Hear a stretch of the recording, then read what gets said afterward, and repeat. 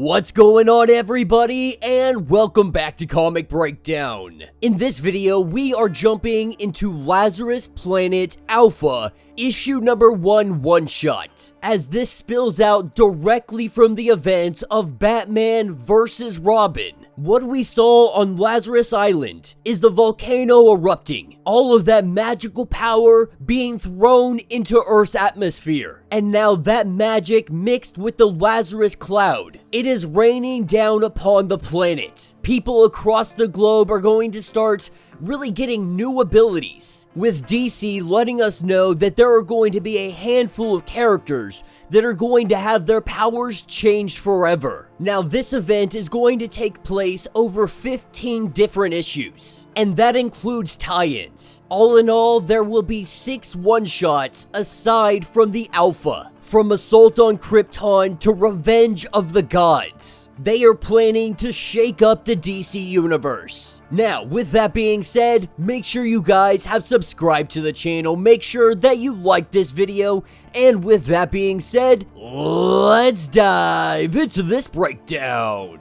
Alright gang, so we are diving into the dawn of DC. A year-long storytelling initiative, new epic series, new creative team, new battles to be fought, and it all starts right here with Lazarus Planet Alpha. We are picking up exactly where Batman vs. Robin issue number 4 left off, with Robin, Black Alice, Talia al Ghul, and Batman making their getaway from Lazarus Island. Damian swearing that he is going to fix this, but to do this, he is going to need the help of the magician known as Black Alice. If she can be coaxed from the trauma that she has endured by the devil Nazar, there is a possibility she will be a huge key factor moving forward. On the other hand, we have Batman, who has been very wounded. The only reason that he is alive right now is because they used some Lazarus resin from the devil Nazar. They siphoned it from him and they put it into Batman. This is where over the radio they hear Supergirl. There is a planetary alert. Anyone who is not currently engaged, they need to get to the Hall of Justice. There is a supercharged weather condition creating a mysterious magical rain. This thing is blanketing Earth. It is creating life-threatening damage with typhoons, tornadoes, and level 5 thunderstorms. This is when the plane that Damian is flying, it goes crashing out of the sky, with it landing right outside the Hall of Justice. We see the likes of Blue Beetle, of Blue Devil, of Mary Marvel, the Monkey Prince, Cyborg, Power Girl, and Supergirl, with Power Girl and Supergirl being the one to stop Damian's plane from crashing into the ground. That is when Damian lets everybody know that there is a war about to begin, an ancient evil that goes by the name of King Fireball, that he is responsible for the green storms. But Damian does have a way to stop him, and of course naturally everybody looks to Batman. But the state that he finds himself in, he knows that he is unable to do much, letting everybody know to look to his son, to let Damian lead this charge. And so Damian fills them in on the entire story, from Mother Soul to the Devil Nazar. When Supergirl hears the name Devil Nazar, she almost turns pale. Supergirl had been there when Batman and Superman last imprisoned Nazar. She knows what he is capable of, with Zatanna going on and letting us know that magic has gone utterly haywire. It is spread randomly and sometimes violently across the earth. It is threatening all life and steadily replacing the very laws of science. With all of this in mind, Damian splits them into 2 teams, with Mary Marvel, Zatanna, and Power Girl. They are teaming up and they are headed to the Tower of Fate. Nazar had drained the powerful artifacts. He discarded them here at the tower. Their mission is to bring it back so that Black Alice can reverse that drain. Cyborg and Blue Beetle, they are going along with them. Their alien technology not necessarily affected in the same way that everybody else is with these Lazarus storms. So if magic does fail, they can try to use brute force. Batman, Talia al Ghul, Blue Devil, and Supergirl. They are all going looking for the Devil Nazar. He was last seen pretty severely wounded. Damian believes that maybe he can be turned ally to find him before King Fireball does. And then we have the Monkey Prince. Showing up very late to this ordeal, Robin lets it be known that he can stay back, that Monkey Prince will stay here with Robin. Now, Damian does let it be known that the only thing Monkey Prince can really do is ride clouds and separate his limbs. Not knowing how to make use of this, he does say that he wants him to stay because he needs some cannon fodder, which is honestly pretty messed up for Damian to say. But this sentence alone is going to make me believe that the Monkey Prince is going to have a very prominent role moving forward. For those of you wondering who the heck is the Monkey Prince, he actually has his own ongoing series. We did cover issue number 1 of Monkey Prince. He is the more or less son of the Monkey King, of Sun Wukong.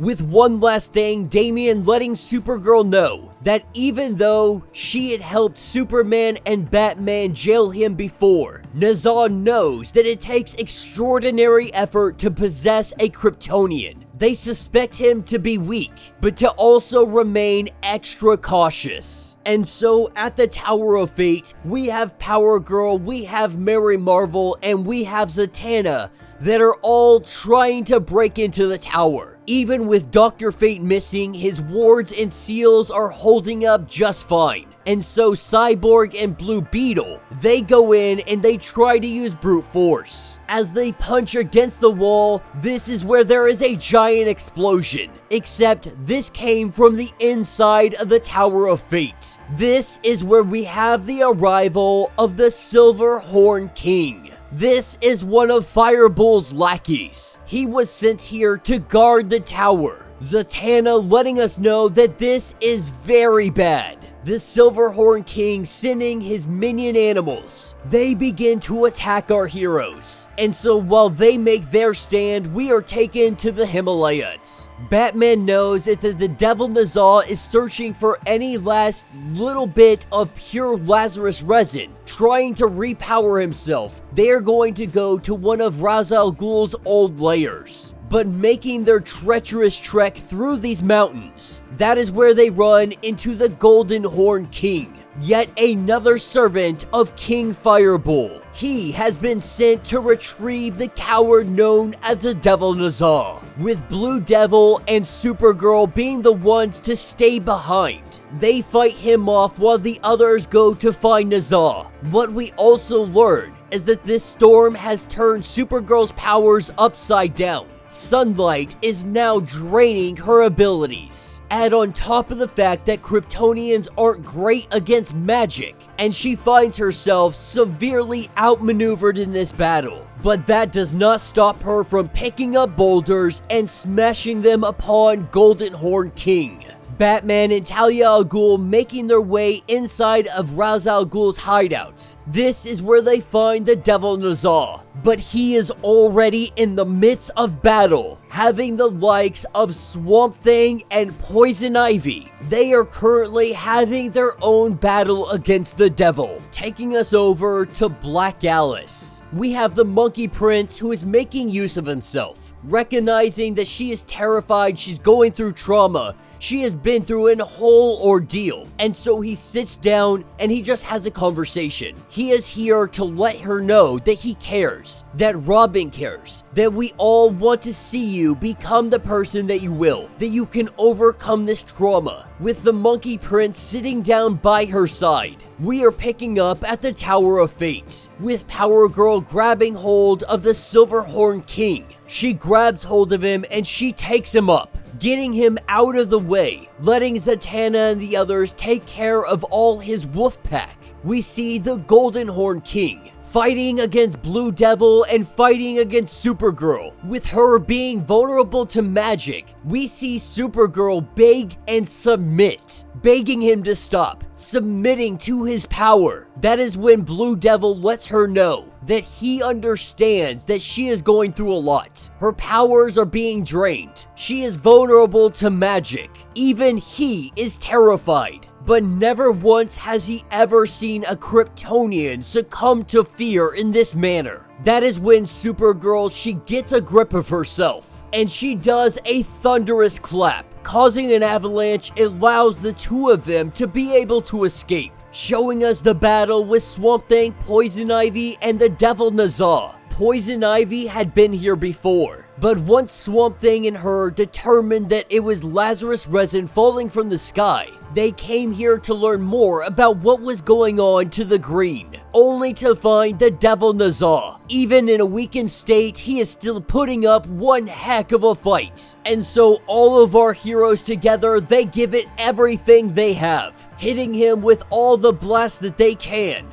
They are able to subdue the devil. At the Tower of Fate, we have the storm completely out of control, electricity landing in all directions. It is only a matter of time before one of them get hit. This is where Mary Marvel, she yells Shazam!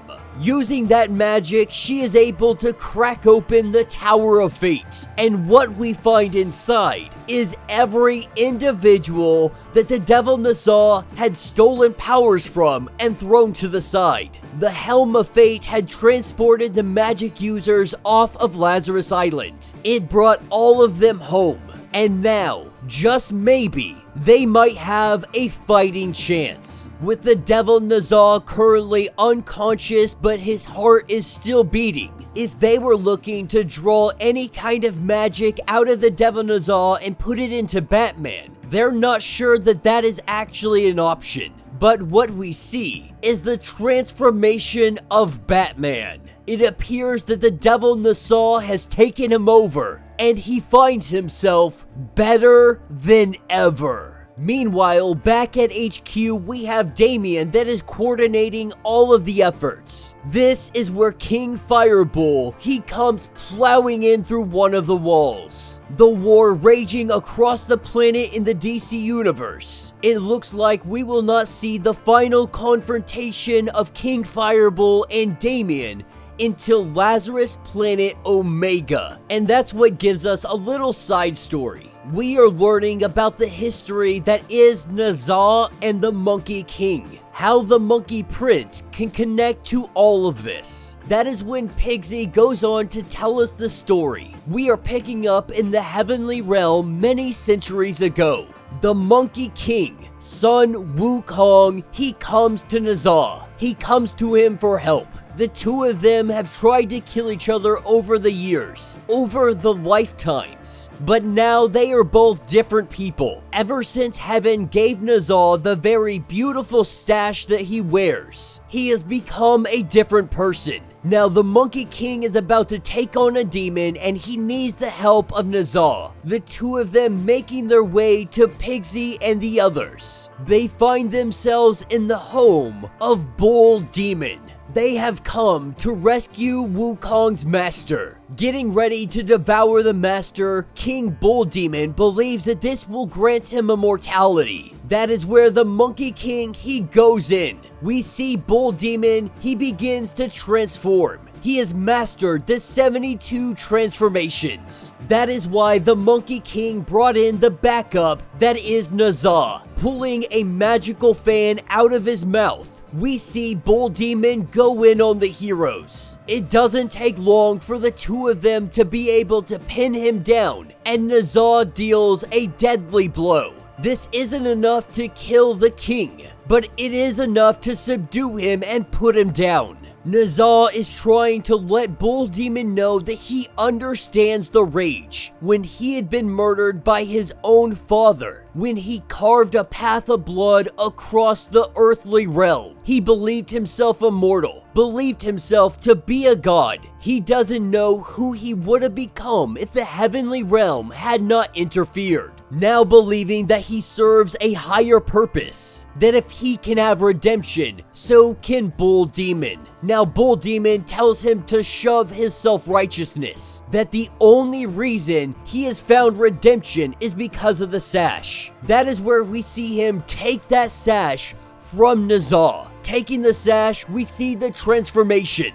But they are able to get it back, and we have Wukong that gives it back to Naza. Naza taking it willingly. This makes him question, did he choose to put on the sash? Or is he obligated to do so? With Wukong taking off, Naza left behind. This is where he finds the princess and the young boy. This is Princess Ironfan. And this is the child that is Red Boy, now left fatherless, a wife left husbandless. We have Naza that breaks his staff in half, giving it to Red Boy, saying to use this anytime that he needs help, and Naza will come. And that day did come. Many centuries later, Darkseid killed King Bull Demon and Princess Ironfan, leaving Red Boy an orphan, and so Naza adopted him and became his second father. Eventually, Red Boy transforms himself into King Firebull. We don't necessarily know the history that happened between the two of them,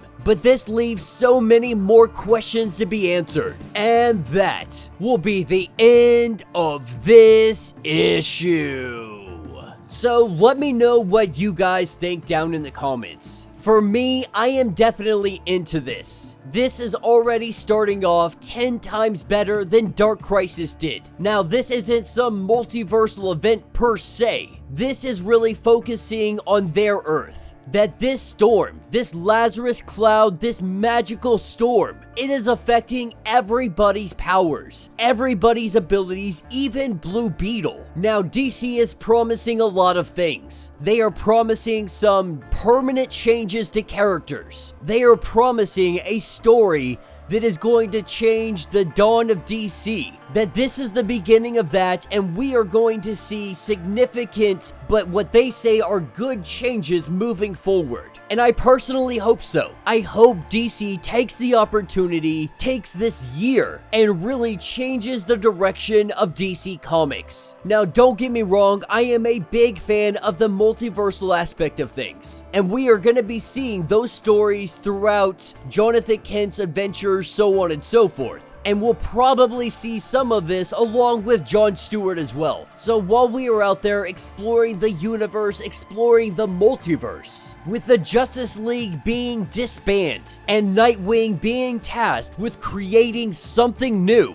there is a lot of potential here, and I really hope that DC is able to nail it. But let me know your thoughts, let me know your theories. If you would like to get caught up with everything that happened with Robin and Batman vs. Robin, be sure to check out the link in my description as well as the top of this video. It is gonna get you completely caught up on everything that has been going on building up to this story. If you would like to support the channel, you can always do so by joining the channel membership. Much like Patreon, having 5 different tiers, from $1 to $50, from loyalty badges to getting free comics every single month. Not only does this help out the channel tremendously, but you are getting tons of perks in the process. Now, if you are unable to do any of that, do me a favor, subscribe to the channel, like this video, hit that notification bell, and with that being said, until the next breakdown.